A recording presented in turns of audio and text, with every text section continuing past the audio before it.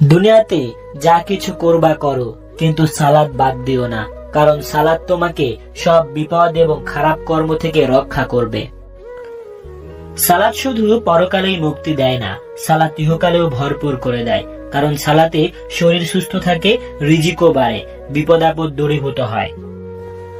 কাউকে অতীতের পাপ নিয়ে খোঁটা দিও না। সে হয়তো তওবা করে মহান আল্লাহর কাছে তোমার থেকে উত্তম হয়ে গেছে। সত্যি বলতে, দামি কাপড় পরে কি লাভ হবে? সালাতের জন্য ডাকলে যদি বলতে হয় পোশাক তো এখন না পাক।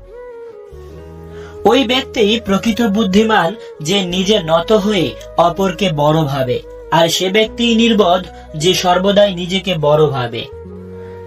বিপদ আপদের সময় দুনিয়ার সকল দরজা বন্ধ হয়ে গেলেও মহান আল্লাহ তাআলার দরজা সবসময় খোলা থাকে।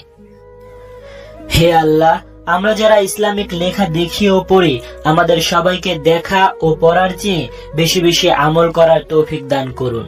আমিন।